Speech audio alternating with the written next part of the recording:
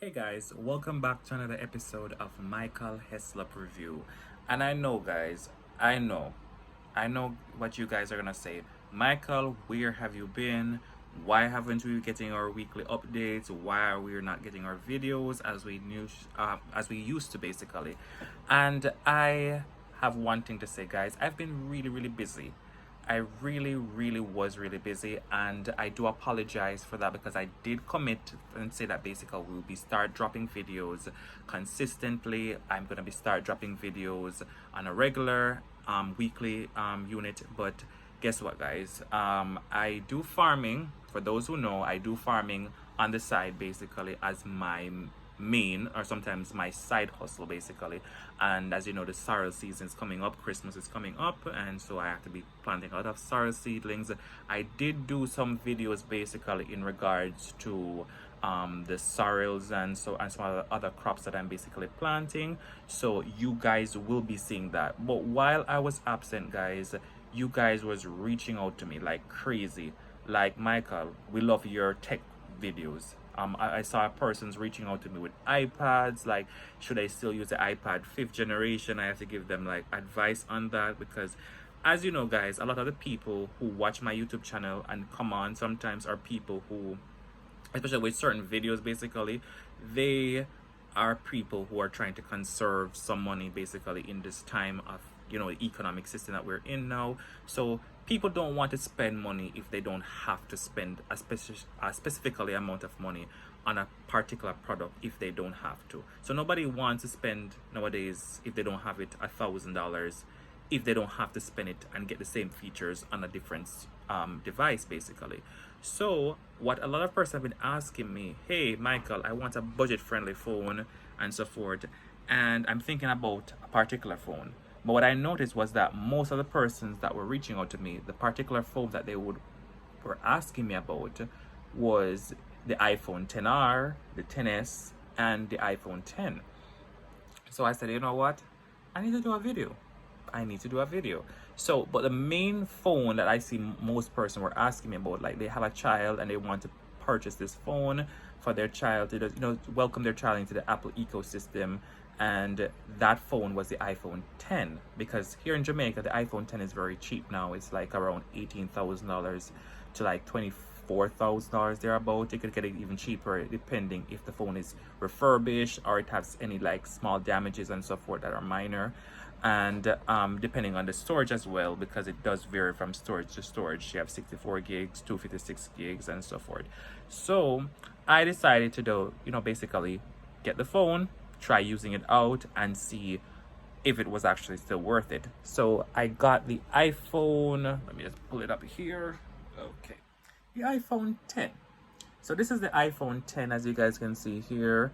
I just went on a software update to see its latest update. It's on iOS 16.7.11. So that's the newest software that basically this phone can get. It doesn't go past iOS 16 because it was discontinued from getting iOS updates.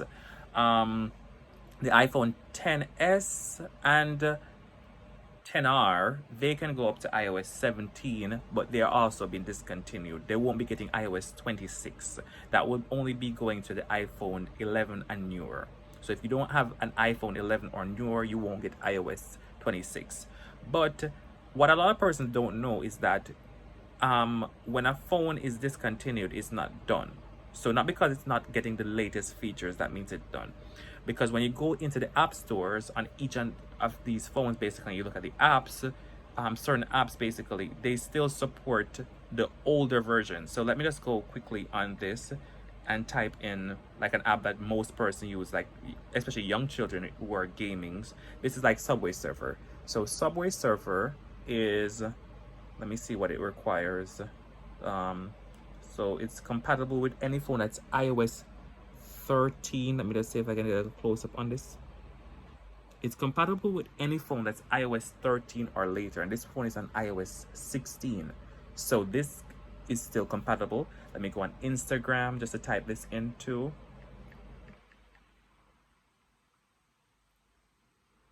So Instagram, let me see what it requires. where iOS is concerned. iOS 15. This phone is on iOS 16, so it still can download Instagram. Let's go YouTube, which is another used app as well that most persons use.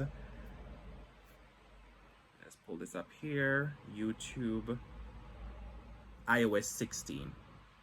So this can also still be downloaded because it's on iOS 16 point. Let me just pull that up again. TikTok, another well-used app. Let me just pull that up.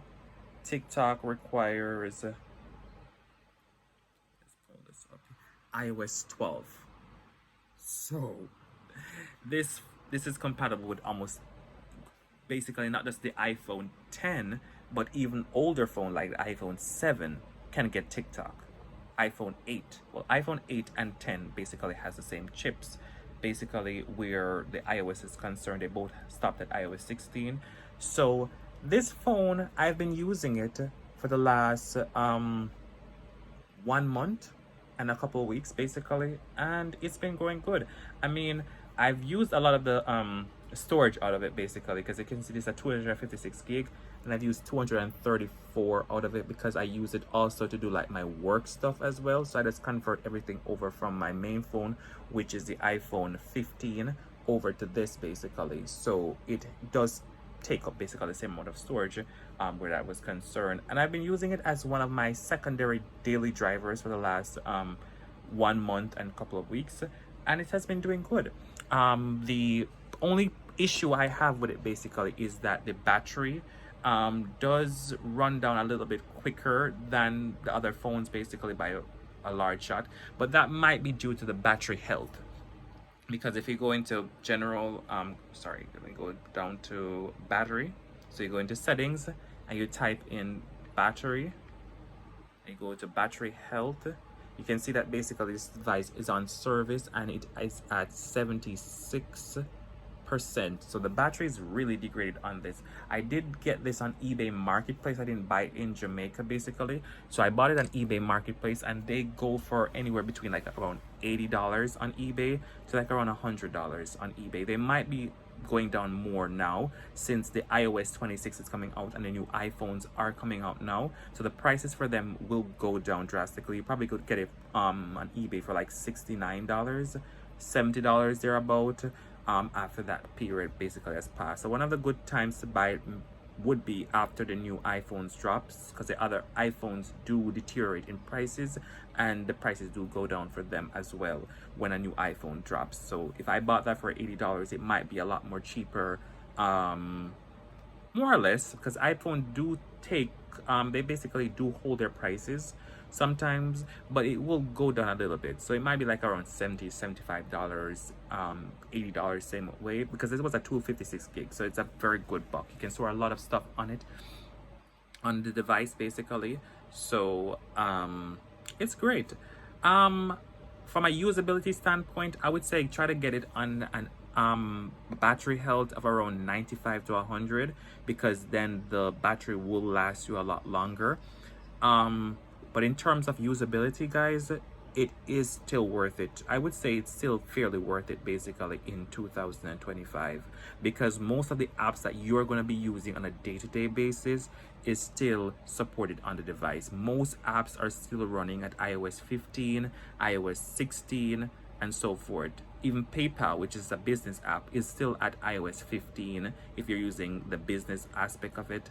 No, the personal PayPal is at iOS 15. The business one is at iOS 16, and that won't change until next year. It will just go up one iOS higher. So this phone is still a good useful phone if you're just like you have a child that's going to school, just starting high school, and you just want to introduce them to the iOS system, the iOS software, the iOS ecosystems. This is a great phone for them to use as well. If you're a person that barely uses your phone outside of just web browsing, scrolling on social media, and just take calls, this is also a great phone for you as well.